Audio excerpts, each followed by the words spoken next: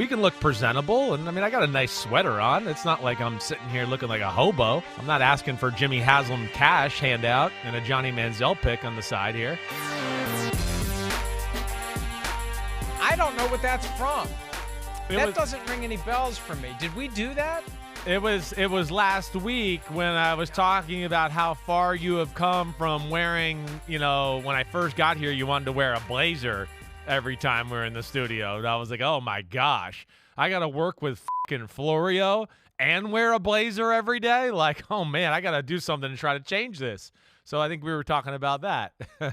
Well, I've gotten to the point after 5 years where I no longer give a shit. So no more blazers except on Sunday Night Football when you have a blazer. And it's about time for you to break out the college professor sweater look? I know. Under the jacket, right. Over the tie knot. Yes. Yeah, you know why? You know what happened? I got a little gun shy on that one, honestly. I'm not even going to lie. I actually do want to do that. I feel like sometimes I'm not a team player if I'm not wearing the suit and tie like everybody else. And then the other thing is, the last time I did it, in the middle of the show, Warren Sapp texted me and told me I look like shit. So it kind of made me gun shy with it. And then why, I don't know. Why I would listen to Warren Sapp about how I look, I don't know. But I think that's, between those two things, I've been reluctant to do it. You slip back into your old role from 2003 being under Warren Sapp's thumb, supplying him with Copenhagen on demand and picking up $20 bills he threw on the floor of the locker room as compensation for your services. All right, it's PFTPM and Chris Simms Unbuttoned, and there are no buys for the rest of the season, so we cannot screw around. We have to get to the games because there are 16 of them. 1 on Thursday, 3 on Saturday, the rest on Sunday and Monday night, as it usually is. Here we are from last week.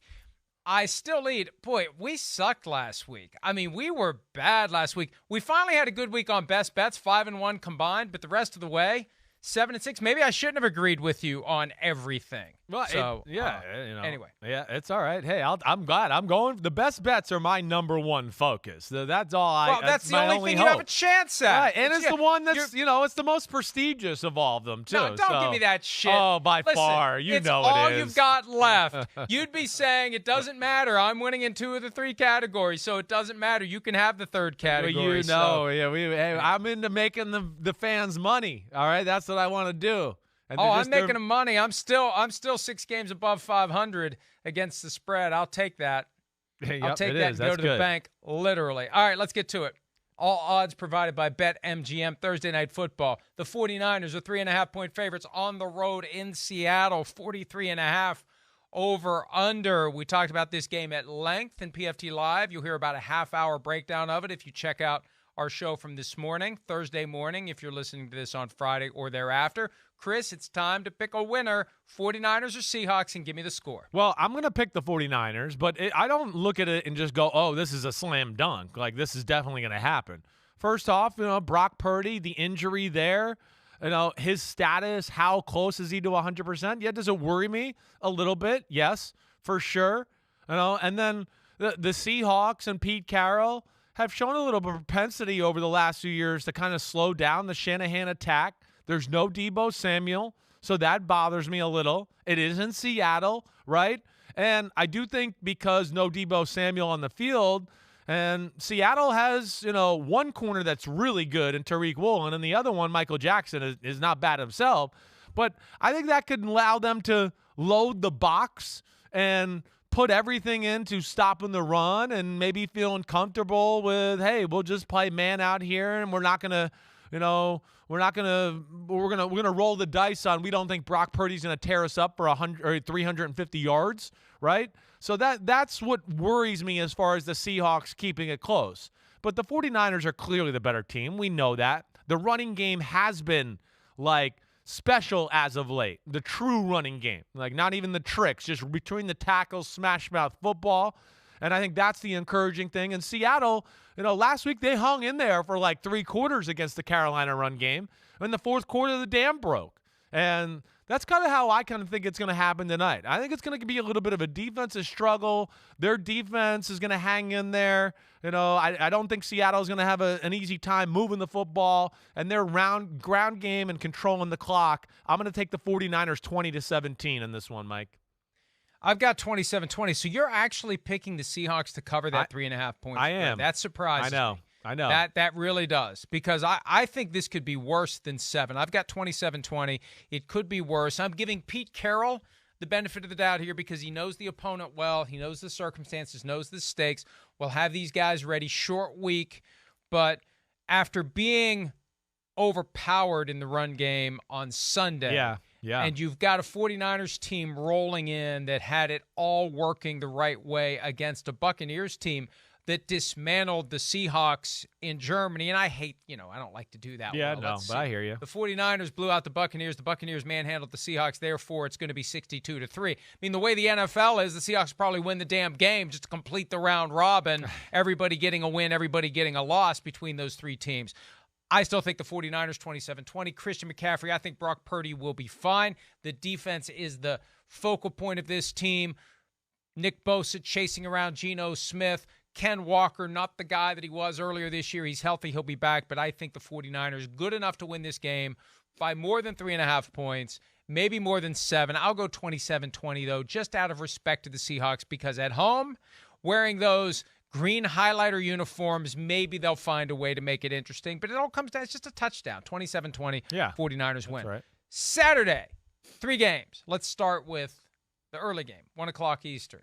Colts taking on the Vikings. T-shirt and hat time for the Vikings, which may be all they win this year. They win the division if they win the game. Colts are 4-point underdogs at US Bank Stadium, and over-under of 48.5. Colts coming off of a bye week. Colts have played well under Jeff Saturday. Vikings at home. Big day. Big opportunity. Short week. Can they do it? Can they beat the Colts? Can they cover the spread, Chris? I'm going to take the Vikings to win. I do think this is scary. I don't think they're going to cover. I'm going to say that. I think the Colts will hang around. I think the Colts defense is made to stop the Vikings pass offense. I think that the Vikings will have a hard time consistently moving the ball in this team. We've seen not a lot of teams run the ball with great success against the Colts, and they're really well coached from that standpoint as far as the defense. They don't put themselves in a lot of man-to-man situations where they're going to have to be trying to chase Justin Jefferson all over the field.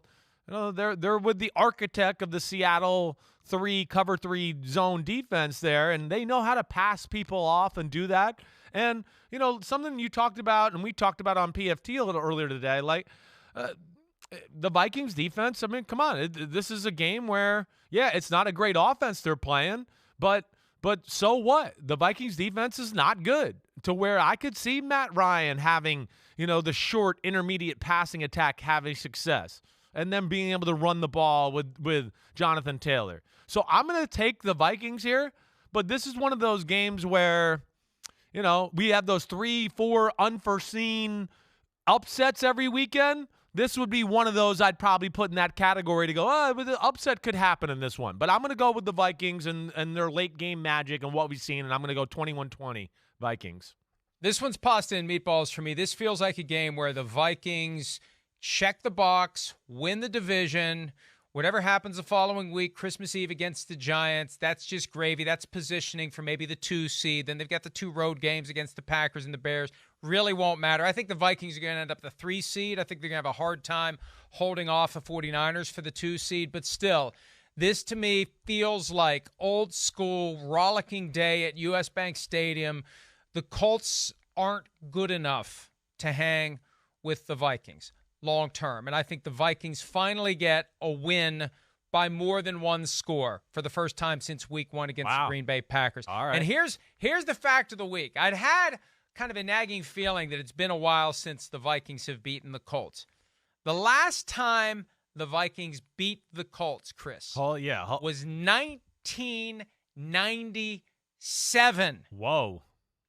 Before Peyton Manning was on the Colts, right. Before Randy Moss was on the Vikings. Do you know who the quarterback of the Colts was when the Vikings last beat the Colts? December 21, 1997, almost 25 years to the day, 39-28, Vikings won at the Metrodome. Who was the quarterback of the Colts that day? Man, 97. I want to say Jim Harbaugh. Yes. Okay. Your friend and mine. Right. Jim Harbaugh. Yep, tell your dad. Say hello to hi. your dad. All right. So I think the Vikings win 30-17.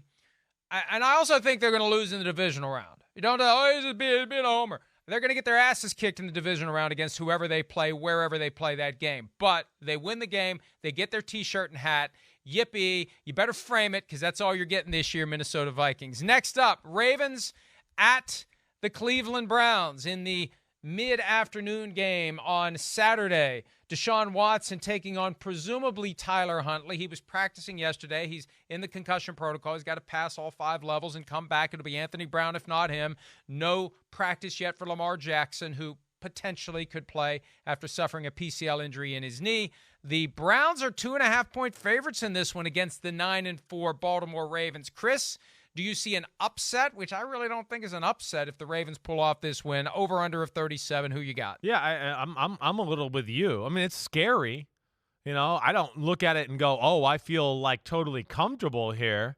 But I'm going to pick the Ravens to win the game. I am. The Ravens, first off, the defense has played like really good the last 5 or 6 weeks. The only thing you can kind of look at that's a little bit like, oh, wait, that wasn't a good day, was when Trevor Lawrence threw the ball on them the way he did in the fourth quarter and the third quarter of the second half against that loss against the Jaguars. But other than that, they've been pretty good in all areas. I have a hard time thinking that the run game of Cleveland's going to really get going, and I have a hard time still thinking that the pass game, is going to get going, and Deshaun Watson's going to be able to carry the squad with his right arm quite yet. We saw improvement last week, certainly, but I'm not sitting here ready to think that he's going to be able to dice up the Ravens defense and move the ball up and down the field on them. I don't know. I feel like the Ravens have righted the ship on that side of the ball to a degree. It's not a dominant defense, but it's a good defense, and it's playing pretty good football right now. And then the thing I love is just what I saw in the Steelers game last week. One of the things I wrote in my notes when the game was over, I wrote, we can't forget about the Ravens when their O-line is healthy, which it was last week, except for Kevin Zeitler, and the running backs are healthy. They're a different team, and they're more closer to the elite category, in my opinion, when it's like that. So I'm going to go with the Ravens here. I think it's going to be close. It won't be pretty. I'm gonna take a thread the needle approach here and go Ravens 17-16. I think it'll be a late game field goal that kind of wins the game for them. But I trust them in these type of games, that they'll get it done this time of the year more than the Cleveland Browns. You're not threading the needle, though, because the Ravens are under. Oh, yeah, duh. So, I forgot. I see, that's how I'm still – it's weird. It's crazy. Right. I think the Ravens win 20-14. I think the defense is good enough to confound Deshaun Watson. He's got a long way to go to get back to being the guy that he was. Those 700 days show. Yeah. And he wasn't good against the Texans. They won with special teams and defense. He wasn't good against the Bengals. And I think just the rest of this season is preseason, extended for 2023, getting Deshaun Watson to a point where you can work with him all offseason long and get him ready for 2023 week 1. That's the best the Browns can hope for. I think the Ravens win this game 20-14, and they continue their push for division title and kind of outside shot at number 1 seed, although they're gonna need to have a lot of things fall their way to end up being the 1 seed. They're still very much alive, and they're a team that can be very dangerous come January. So 20-14 Ravens, we agree on that one. And for the first time, we agree on both winner and against the spread this week. Dolphins, Bills, 7-point favorites are the Buffalo Bills at home. 43 over under, a little lower than maybe I thought it would be. Saturday night prime time, under the lights with the snow possibly falling. The Dolphins trying to reverse a 2-game losing streak. Chris, who do you have? Yeah, this is I can't wait for this game. I mean, this is one of the games of the weekend. Of course, we know they're two of the better teams in the AFC. Bills in control of their destiny as far as home field advantage. They lost to the Dolphins earlier this year. The Dolphins, like you said, on a losing streak here where the offense has sputtered, and mainly it's because of Tua. So, and now he's got to go up to Buffalo and play a good defense and play in elements that we all questioned whether he can do it. So far in his NFL career, when he's played in elements like this, it's been bad. Like, not just okay, it's been bad. So I'm expecting that again. I'm not expecting maybe as bad as we've seen, but I can't sit here with a good conscience and football IQ and go, I feel good about the Dolphins. I mean, this is a team that had heaters on the sidelines last week when it was 54 degrees in L.A. All right? Yeah, it's going to be 20 degrees, and who knows what it is going to be with wind chill. And, Mike, did I hear this right? That the Bills aren't going to put heaters on their sidelines, therefore the Dolphins can't put any on their sideline? Is that a real thing? Am I off base on that? I don't know. Okay, but either way, getting back to the X's and O's of it is I do think we saw a team last week with the Chargers who laid a little bit of more of a framework of how to stop the RPOs and all that, all the easy throws that McDaniel delivers for Tua. And the Bills did a pretty good job of that already the first time they played them. So, and the Bills are healthy. The first time they played, remember, that was a game where, what did we say? It was 11 out of the 22 starters, maybe more than that, were missing for the Bills in that game, and a number of their key defensive players. So I like the Bills in this one. And then I do think the Dolphins' defense, which is good and talented, this is just not the right matchup for them. Being over-aggressive against this guy at quarterback is not the right thing. And I don't know if they're good enough in zone coverages and all that to stop them either. So I'm going Bills 28-17, Mike. I got 34-21. And look, I see this as an opportunity for the Bills to rectify one of the glaring black marks on their resume for 2022 when they went down to Miami and they should have won that game, could have won that game, and they had to deal with the heat and the sun and the way that the stadium's configured, and it all lined up against them, and they still were the better team that day. Remember, the yardage differential was obscene. Time of possession, in that game. Right. Yeah, everything. Right. They messed you up look a at the protection. stats and you would assume the Bills blew them out, and I think the Bills are good enough at home. And there are questions about that Miami offense based upon recent weeks. The first time it was an aberration from Tua. The second time you pay attention, and now the Bills have a chance. And the way that they knocked around Mike White on Sunday, are you kidding me? They are going to be coming after Tua with everything they have. They broke his ribs last year. Yeah. Remember that? Right.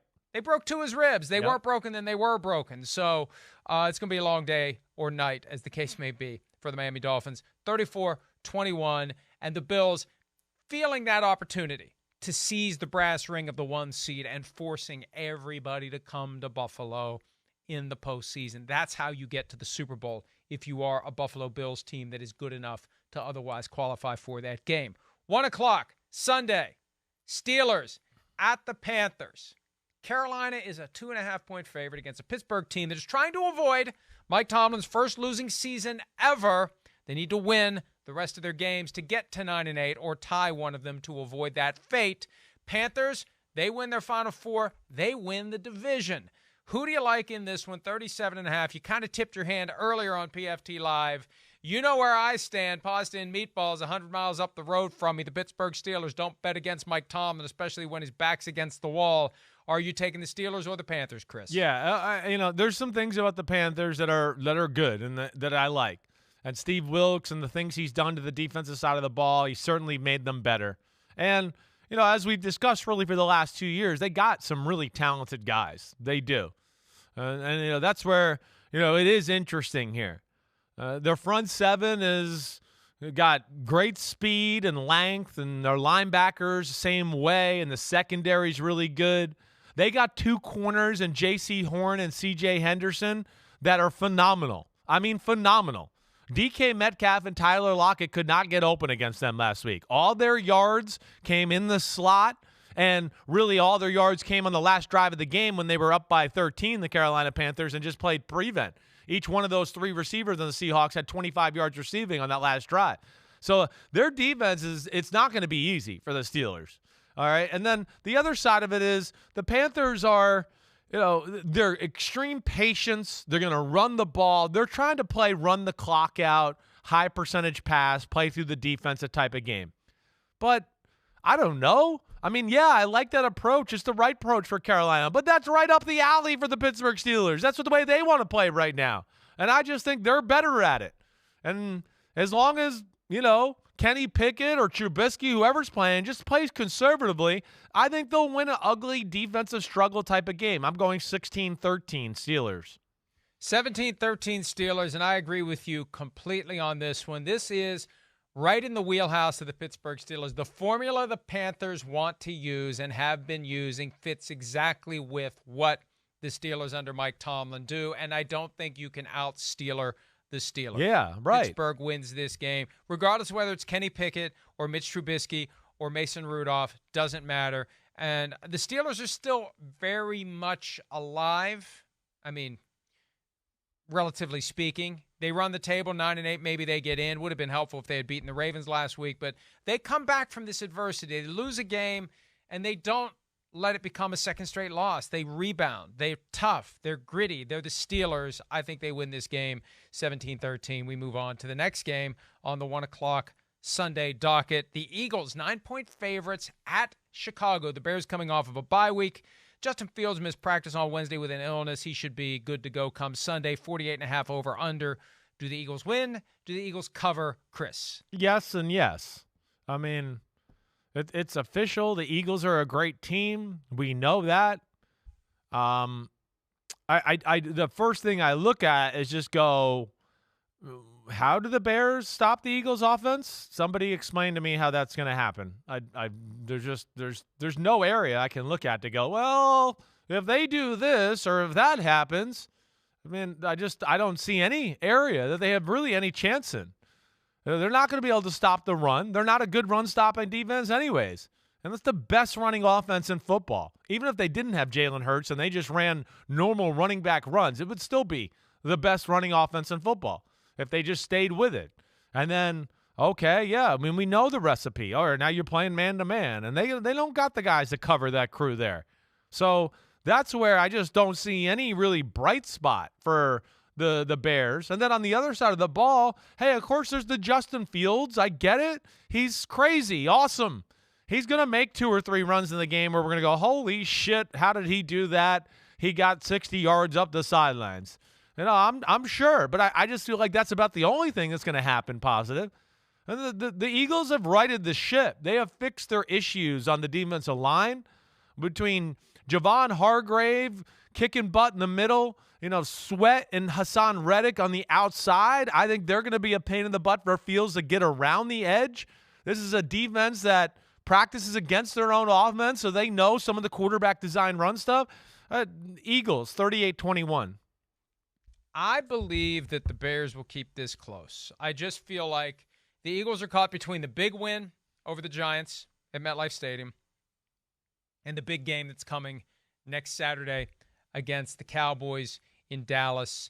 This is just one of those, kind of like what happened when they played the Colts. Like, the Bears rested, and that Bears defense, although it's not great, they know a thing or two about seeing Justin Fields in practice. Yeah, I hear you. So that makes them a little better adept at dealing with Jalen Hurts. The problem is, okay, we can deal with Jalen Hurts running. What about everybody else? Exactly. What about the passing? Right. But this is just pure, raw, initial impulse. My very carefully constructed algorithm and mathematical model that takes a bunch of factors into account and ultimately comes down to the first impulse that I have when I look at the game and think about it. I think the Bears keep this close, but the Eagles find a way to win. It's kind of like the equivalent of the Cowboys game last week against the Texans.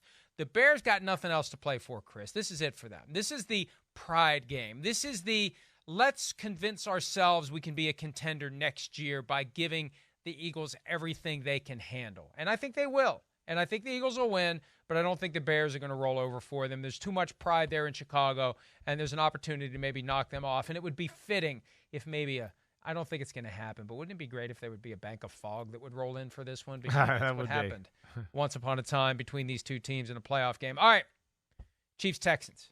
Yet again, the Texans are double-digit underdogs. You know what? They've covered.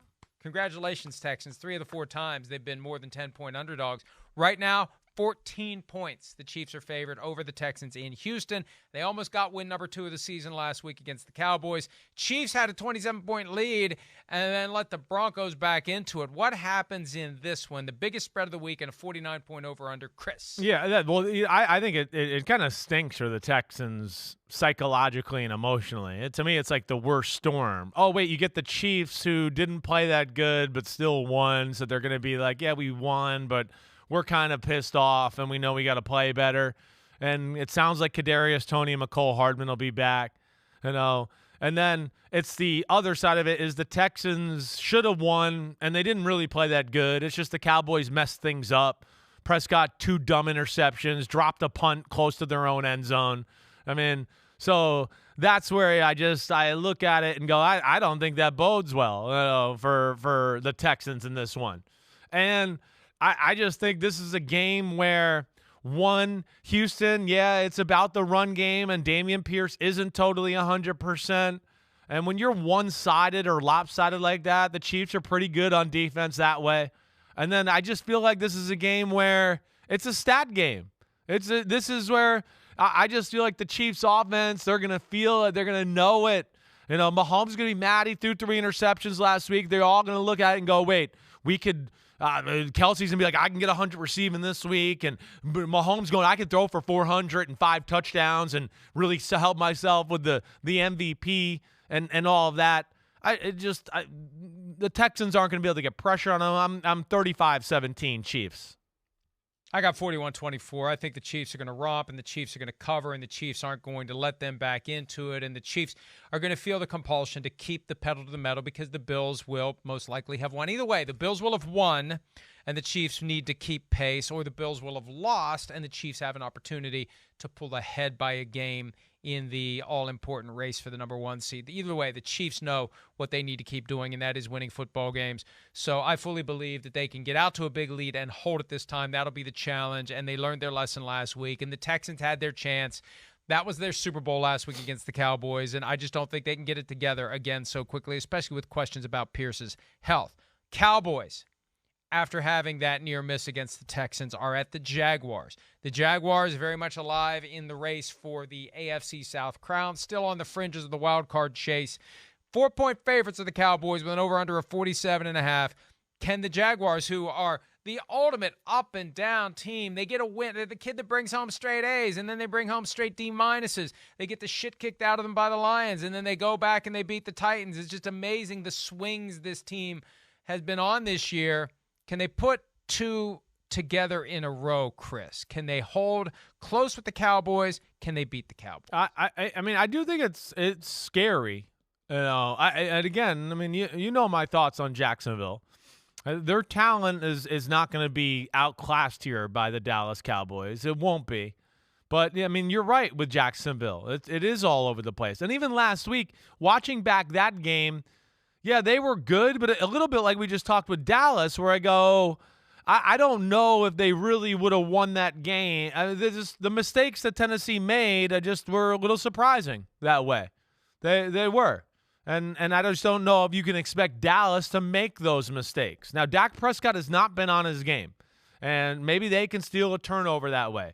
But Dallas's running attack is right up there with the Philadelphia Eagles.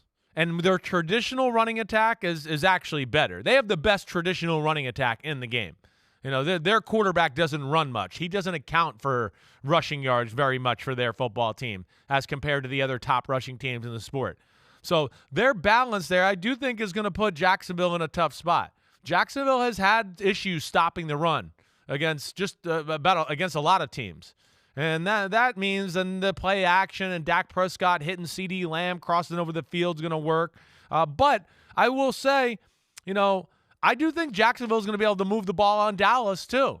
I think they'll be able to run it enough, and Dallas will play some man-to-man and give you some chances to make some plays down the field because they're aggressive. I think that the Jaguars are going to hang around. I'm going to pick Dallas to win 24-21. So you do have the cover by the Jacksonville Jaguars. I do. I've decided to go, where is my score on this? 27-21.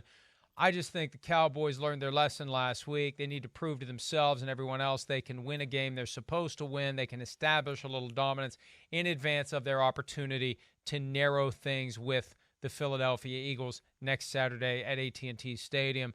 So, I just can't trust the Jaguars. I can't trust them. They show us they're good, and then they show us they're not. I know. And they have a great game, and then they have a shit game, and it's very frustrating. If you're a Jaguars fan, you have to be beside yourself with this team. but they still are very much alive to win the division, which is amazing at this point in the year. It says that the AFC South, not quite as bad as the NFC South, but it's a pretty bad division. Cowboys, 27-21. You actually finally picked against the Jaguars last week. Of course. I said that. I said, I'll pick against them this week, and then this will be the week they fucking do something, of course, right. And they did. All right, Falcons at the Saints. The Saints and Falcons both very much alive for the division title. Again, the NFC South is as bad as it gets. The Saints are 4-point favorites. It's Falcons country, let's Ritter time. Desmond Ritter in at quarterback for Atlanta. Superdome, tough place to play if you're the visiting team. The Saints coming off of that ridiculous Monday night loss against the Buccaneers when they blew the late lead.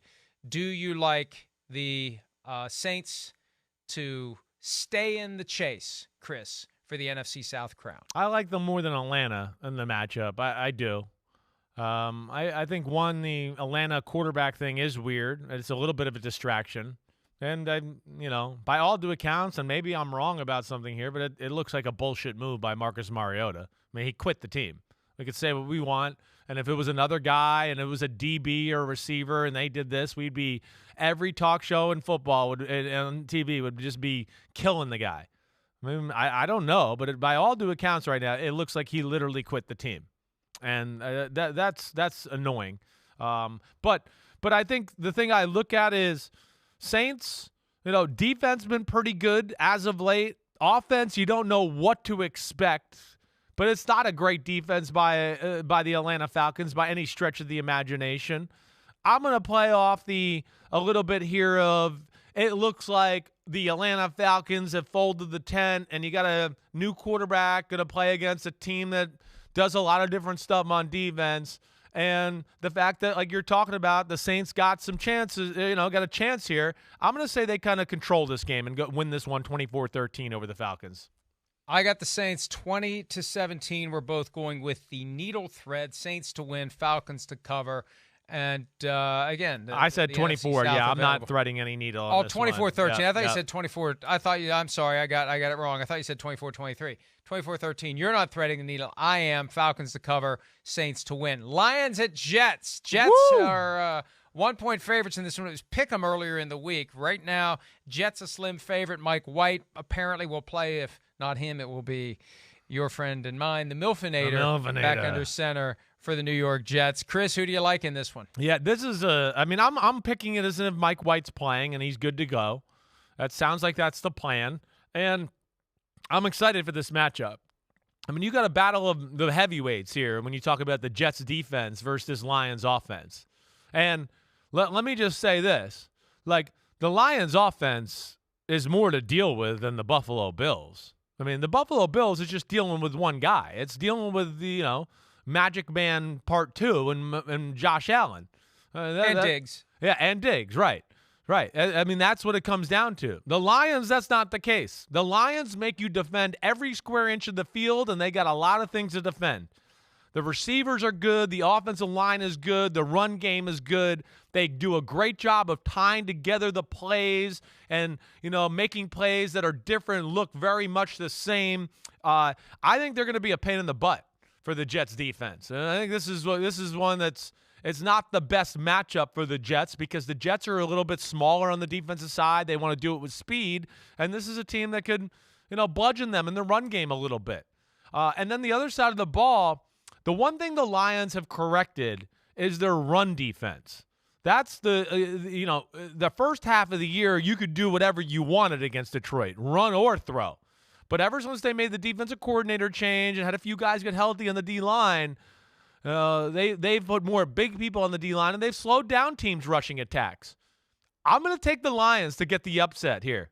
I am. I think the Lions are kind of feeling the mojo, and I think they're a tough matchup for this Jets defense that I think a lot of. I'm going to go 23-21 Lions. Late field goal wins it. Since we have agreed on every game straight up so far this week, it's time for us to part ways.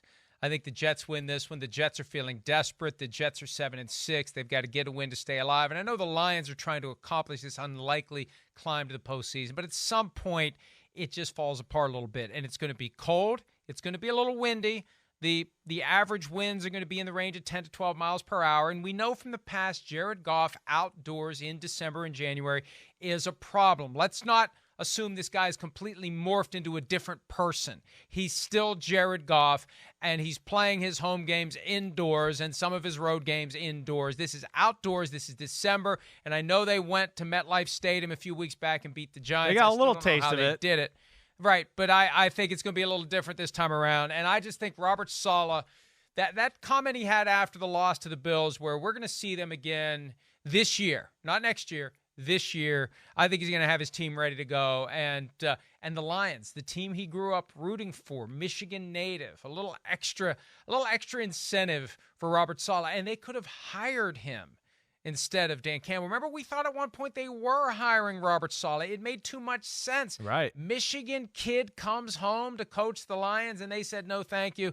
It's going to be an extra little spur for him to get the most out of himself and his team. He'll be running those steps a little bit harder before that game. So I just think the Jets, both sides of the ball, good enough to pull it off. I think Mike White plays. I think he plays well. The legend of Mike White continues to grow, and the Jets get to 8-6. Let's take a break. My score, by the way, 27-20, Jets over the Lions. All right, let's take a break.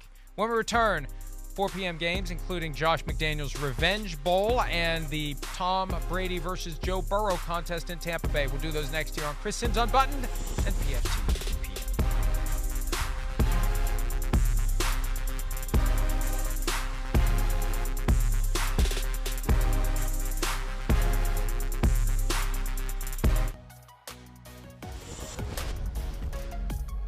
Chris Simms Unbuttoned, PFT PM, Week 15, late afternoon contests.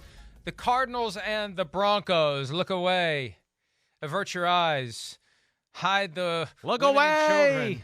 God, look who away. wants to watch this one? The only thing that would make this one worse if it was a week from now on Christmas Day.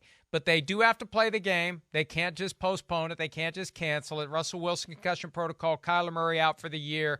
Instead, you've got Colt McCoy versus Brett Rippon, I believe. Yes. 2.5-point favorites are the Broncos. Do they finally get another win? The over-under, by the way, 36.5, the lowest of the week. Are we definitive on Brett Rippon? Do we know that for sure, right? I mean, yeah, that's to me the $1 million question here, and I don't know any rumors or where that's really at right now. And it is because it's one where if Russell's playing, I'm going to take the Cardinals to win an ugly football game. If he's not, if Russell's playing, I'm going to take the Broncos to win an ugly football game. Excuse me. If Russell's not playing, I think the Cardinals will win an ugly football game. So, again, I'm not trying to cop out here, but I'm just being real with you. I'm going to play the fact that Russell's going to play and that, their defense, the Broncos, that simple offense of the Cardinals, outdoors in Denver, season's over, Arizona, see you later. And the Broncos are trying to end on a good note to have something for next year. I think this is one they gut out and win, like 20-17. Ugly football game. And did you know what my look away reference was from? Do you know what that's from? Look away, away? No. You remember the movie Bridesmaid? Yes. Right? When they have the bad Brazilian steakhouse food, she's taking a shit in the sink. Yeah. So the greatest scenes ever. In the street. And then there's a little later on the street. Right. Yeah. She's telling him to look away when she's in the sink. It's a great spot. Russell Wilson officially DNP yesterday with his concussion. He may have been present for a little bit of practice, but he did not participate, working his way through the 5 levels before he's fully and completely cleared to play on Sunday. And I don't think he will. Why? I mean, first of all, it's an independent process. But second of all, even if he's cleared, why? At this point, why? They're eliminated. Keep him healthy. He had that big giant welt on his head from last week. There's no reason to put him on the field for this game. Either way, I like the Broncos to win. I think that they've played everyone tough. Yeah, this no, year. they're no Even slouch when that way. 27-0 to the Chiefs, they came back. They are not quitting. They are not giving up. I think they win the game 21-13. The Cardinals, I think, are just in the midst of a total shitstorm, and it's all falling apart. Give me the Broncos. Look away. All right. That's a perfect thing. Look away. Shitstorm. Definitely look away. Yeah, with or without the Brazilian food. Patriots at the Raiders. Josh McDaniels taking on Bill Belichick for the second time in their respective careers. Last time around back in 2010, Josh McDaniels with the Broncos beat the Patriots. Now it's the Raiders and McDaniels, and an opportunity to try to get things on the right track after that ugly Thursday night loss to the Rams. 1-point favorites are the Raiders. Patriots in the playoff chase. Raiders trying to hold it together. Who wins this one? I think whoever loses this one is done, Chris. Who wins it? Yeah, it's another one where it won't be a best bet. I mean, it's a coin flip game.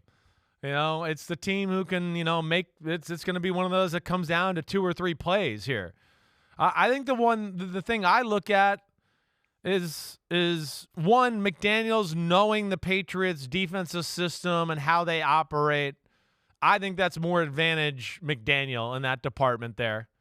And, Josh Jacobs, a little extra rest, hopefully closer to healthy. And their balance there, I think, can pose some problems for the Patriots defense.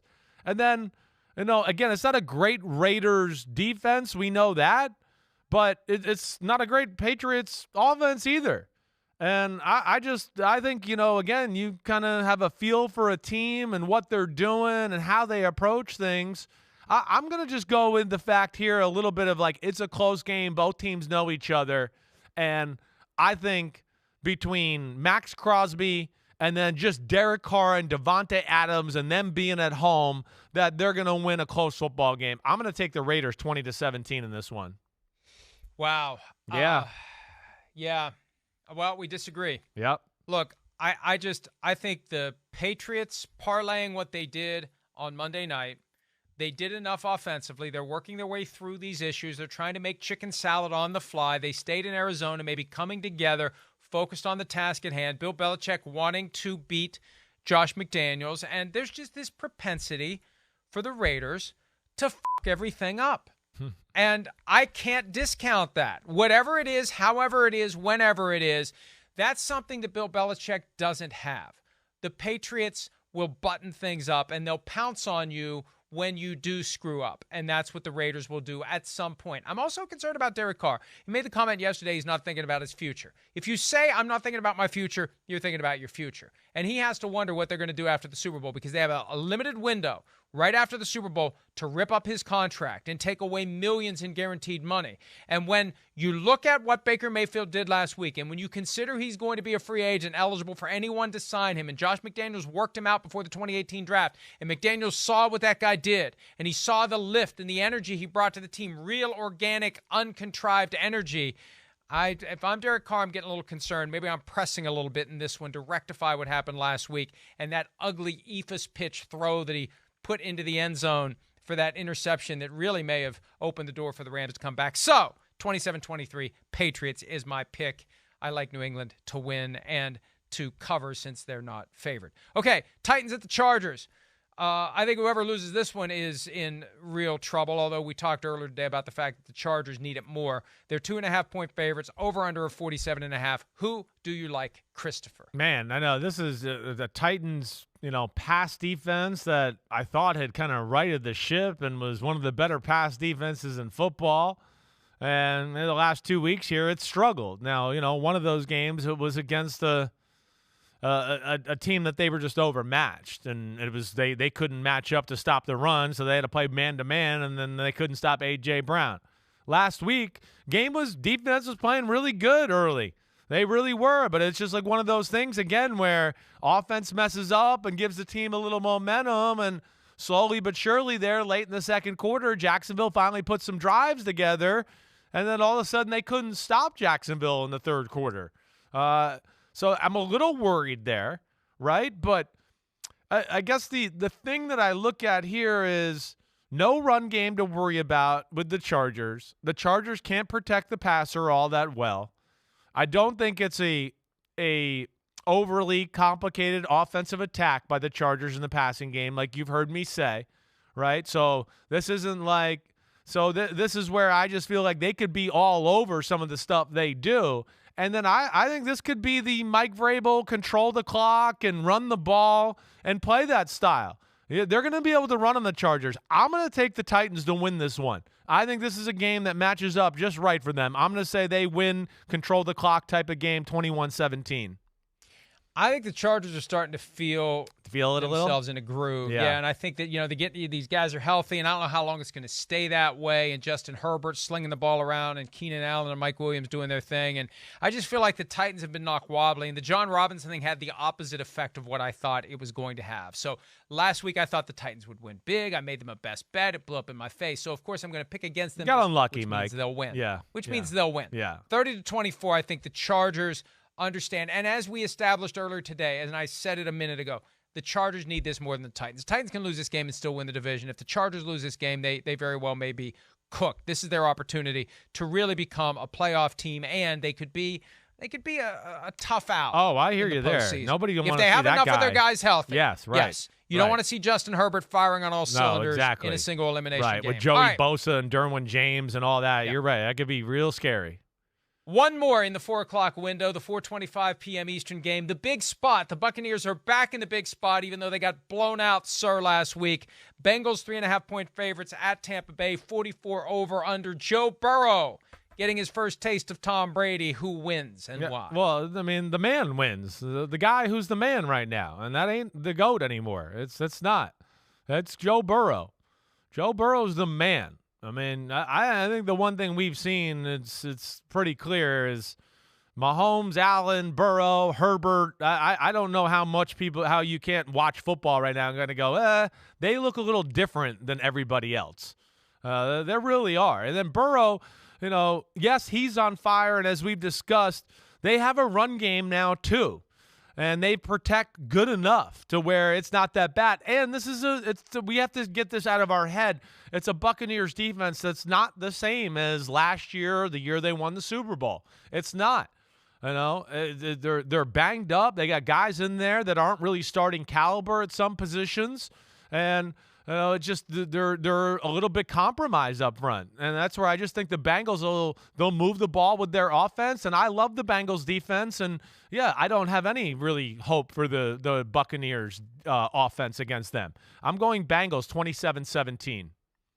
Yeah, I got 27-16, almost the exact same score. The Bengals are just a better team. There's something about the Buccaneers that I can't quite figure out. I know, right? When you look at them on paper, they're good enough to win these games. Yeah, they're good enough to be competitive. Right. They're good enough to be better than what we see. Are. Right, and right. I don't know what it is, and I don't know whether it's the Tom Brady distractions all year long, and I don't know if Tom Brady kind of got his affairs in order too late for it to matter. I don't know how much of this FTX collapse that nobody ever talks about is affecting him, but he was pretty deep with this whole thing, and it's a big mess now, and his buddy Sam Bankman-Fried is under arrest and facing felony charges, and there's just a lot of storms and a lot of issues and a lot of distractions and a lot of questions. And if you're other guys in the locker room, at a certain point you get sick of it all being about Tommy. It's all about Tommy. That's all we hear about. Tommy. Pete's telling me to wrap it up. Hey, Pete, kiss my ass. I'll talk as long as I want. Pete. I'm kidding, Pete. No, but you're right. I mean, how could he not get worn out by that? And then no one ever faults him for any of the bad play. Out is the it's key. Everybody else. They feel worn out. Yeah. This team just feels worn out. It needs a reboot. It needs a reset. It needs to move forward. Bengals 27, Bucs 16. Let's take a break. When we return, prime time. Giants Commanders. Trying to tie again. Wouldn't that be great if they tie again on Sunday Night Football? We'll talk about that. And the Monday night game, Packers-Rams next here on PFTPM and Chris Simms Unbuttoned.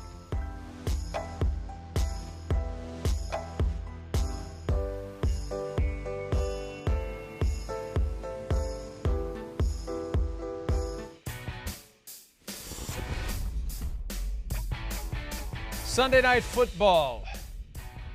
PFTPM, Chris Simms Unbuttoned here. Let's get to it. Giants at Commanders. They played to a 70-minute tie just a couple of weeks ago. The Giants in between got their asses kicked by the Eagles while the Commanders were off.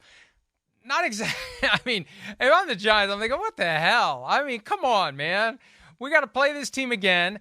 they've had an extended halftime. That's it. Seriously. Right? That's it. Right. They had a 14-day halftime until we continue this game that is a tie right now. And whoever wins this game is in great shape. Whoever loses could be screwed. That tie that they each have is going to be maybe the half step that gets you in or the half step that gets you out. Do the Commanders win this one at home? 4.5-point favorites, 40 over under. Chris, who do you have? I like the Commanders. I do. I mean, my heart's with the Giants, but I'm trying to pick with my brain and, what I see on the field here. So I'm going Commanders. And, here's my big reason. One, I mean, the Commanders, I just think, are the better football team. Two, they outplayed the Giants the first time. If you remember a little bit, like Taylor Heineke missed a number of throws that day when we were sitting there watching the game in the control room where we kept going, oh, whoa, whoa, whoa. And then they, let the Giants back in the game late to where, like, the Giants had an opportunity to win the game or really make it interesting, and they kind of blew their opportunity. But I just feel like, one, like I said, Washington's better. And then I feel like the second matchup doesn't favor the Giants. One of the keys to the Giants is their coaching and what they do, catches teams by, oh, man, I didn't think they were going to attack us this way and do that. And now they've lost that advantage since they played them already. And I don't think they have enough versatility in their team to change things up a whole lot there. And, again, Washington's one of those teams that's just kind of got their mojo going. They do. And I don't think Taylor Heineke's going to leave some of the plays he left on the field again. I think that's, of course, going to be something he looks back and go, man, how do I miss some of those throws? And I think Washington will have a better feel as far as how to defend the Giants and what they want to do. I'm going Washington 27-20. I've got 24-17, so same margin, just a few less points on my end. Chase Young back. That's right. Defense already pretty good. Yep. The Commanders have been very, very good as the season has gone on, and the Giants have been falling apart. And the Commanders see an opportunity. I see them being the 6th seed. I see them potentially going to Minnesota and beating the Vikings in the wild card round. I just don't see the Giants getting in at this point. I think the Commanders are a team that you have to take very seriously. We were talking yesterday about teams in the not top 6. We've got 3 teams in each conference that we see as the legitimate contenders. Who can disrupt that party? The Commanders, my team, that could disrupt it. So I like the Commanders to keep it going and get to the playoffs and win this one 27-20. All right, Monday Night Football. A game that a couple of weeks ago, I'm thinking, oh, man, what is there anything else I can do that Monday night, the last Monday night before Christmas? Is there something I can do around the house? Can I go run some errands? Can I go out and look at decorations? I don't want to watch Rams-Packers. I don't want to watch John Wolford or Bryce Perkins against Aaron Rodgers. Well, now it's Baker Mayfield, baby, with 11 days to get ready, not 2 days to get ready. This one is fascinating to me. The Packers, very much alive. They will be buoyed potentially if the Lions should lose to the Jets on Sunday. The Packers, they keep winning. They can get in. Aaron Rodgers feeling better. 7-point favorites, Lambeau Field, Monday Night Football, 39.5 over under. Chris, who do you have? Yeah, I'm going to go with the Packers, but not by 7 points. That's just, too rich for me. Again, this is a Rams defense that's still good.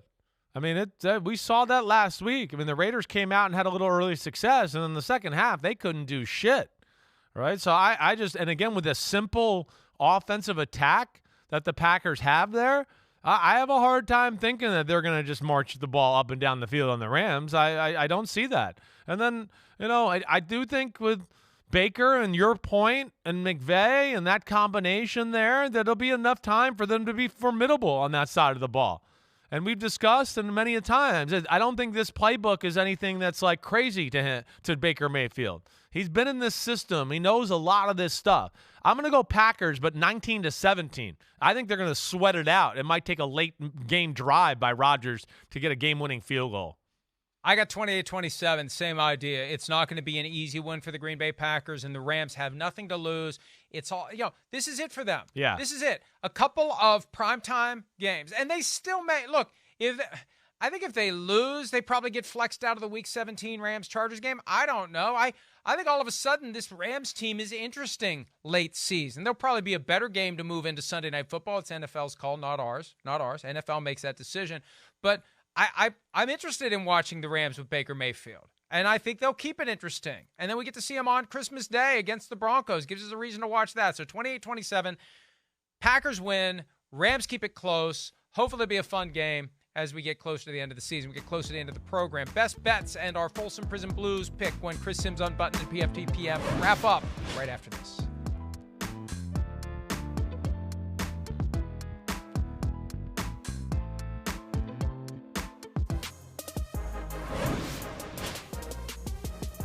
Chris Simms Unbuttoned, PFT PM. We got to get to it. Best bets and Folsom Prison Blues pick. Chris, you're up with your first best bet of the week. All right, my first best bet of the week is I'm going with the Kansas City Chiefs against the Houston Texans. I just feel like this is a game where, they're going to be kind of pissed off about their performance last week against the Broncos. Texans feeling kind of, oh, hey, we stayed close with the Cowboys. It's a 14-point spread, and it sounds like it's a Mahomes big-time stat day. I'm going with them. And the Chiefs are favored by 14 in that game. I'm going with the Ravens as 2.5-point underdogs in Cleveland. I think the Ravens win that game. That's the easy analysis. If I think the Ravens win and they're the underdogs, you don't got to worry about the point spread. Ravens for me. What's next for you? Yep, I hear you. I'm going to go to the other big point spread. I'm going with the Eagles over the Bears. I don't know. I have a hard time seeing it. I know you got the Bears kind of keeping it close, but I just have a different feel for this one. It's a 9-point spread, and I think the Eagles are in total all cylinders, all systems go for the Super Bowl push here right now. I will take the Cowboys giving the Jaguars 4 points after the near miss against the Texans. I suspect Mike McCarthy has been up their butts all week with it, and the Jaguars showing some signs of life, but way too inconsistent for me. Cowboys -4. Give me your last one. I hear you. You never want McCarthy up your butt, Joe Boo. That's a tough one there. All right, so the next one is the Bengals. Bengals favored by 3.5 points. They're going to win by more than 3.5. They're just a better team. Give me that one too. Okay. Give me that one too. That's my other one. All right. Bengals. All right. Who's the team? Who's your Folsom Prison Blues? You got to ask. You're really going to ask? No matter what. Chiefs. Yeah, all right, Chiefs. exactly. Chiefs. Come on. Anybody who's playing the Texans. That's why we got to I think for the rest of the year, whoever the Texans are playing is our official Folsom Prison Blues. Well, you're right. Maybe next week we have to pick somebody other than a team not playing the Texans. Maybe we should change that. No. All right, fine. One of the things then let's just call it the Texans. Picking whoever County plays Blues. the Texans. That's it. Enjoy the games this week. See ya. Have a good one.